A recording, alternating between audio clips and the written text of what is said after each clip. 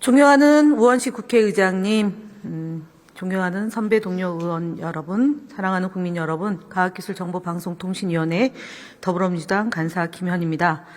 방송통신위원회 설치 및 운영에 관한 법률 개정안 대안은 방송통신위원회 위원 중 국회 추천위원의 경우 국회가 추천한 날로부터 30일 이내에 임명하도록 하고 방송통신회의 의사종족수 3인을 신설하고 의결 종족수를 출석위원 가반수로 변경하는 내용입니다.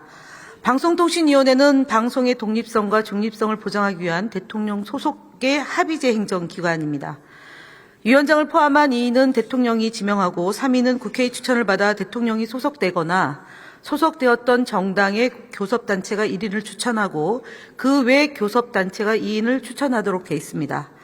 아울러 결혼 시에는 결혼된 날로부터 지체 없이 보궐위원을 임명하도록 돼 있습니다. 그런데 윤석열 대통령은 2023년 3월 10일 국회 추천 몫인 최민희 상임위원 후보자를 정당한 절차를 밟아 추천하였으나 7개월 7일 동안 임명하지 아니하였습니다.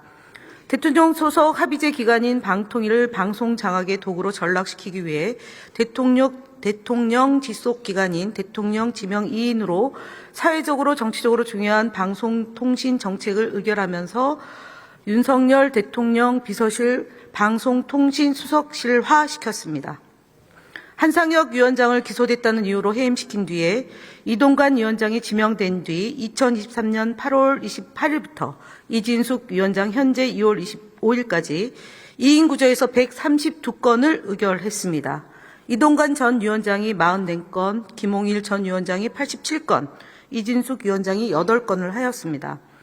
바이든을 날리면으로 조작한 용산 비서실의 주장에 반하는 언론사를 탄압하기 위해 방심위에서는 특정 언론사 보도에 대해 법정 제재를 남발했고 방통위는 2인 구조에서 충분한 논의도 하지 않은 채 방망이로 마구 두들겼습니다. 그에 따라 소송 비용이 늘었고 혈세를 낭비했습니다. 2021년부터 2024년까지 연도별 방통위 전체 소송 현황을 보면 2010년은 10건이었고 2022년은 9건이었고 2023년 12건, 2024년은 44건이었습니다. 2024년 소송 44건 가운데 38건이 2인 구조에서 의결한 것입니다. 소송 비용을 충당하기 위해 방통위는 전대미문의 일을 저질렀습니다. 공영 차량 기름값까지 끌어다 썼습니다. 유류비, 기타 운영비, 직책 수행 경비, 일반 수영비까지 전용해서 6,200만 원을 쓴 겁니다. 2024년도에 소송비 본 예산이 2억 3,500만 원인데 결산액은 5억 5,900만 원입니다. 이것이 끝이 아닙니다. 2024년 발생한 소송 비용 중에 4,750만 원은 지불하지 못했습니다. 시쳇말로 외상값입니다. 법원에서 방통위 2인 구조 위법성을 지적했습니다. 2024년 8월 26일 서울행정법원은 박문진 이사 임명 처분 집행정지 신청을 인용했습니다. 2인 구조에서 정한 것이 불법이라는 것입니다. YTN 최대학 출자자 변경 승인 처분에 대한 집행정지 신청 기각하는 결정문에서 법 제13조 1항의 내용을 비춰볼 때 3인의 제적위원이 최소한 요구되는 것이라고 해석했습니다.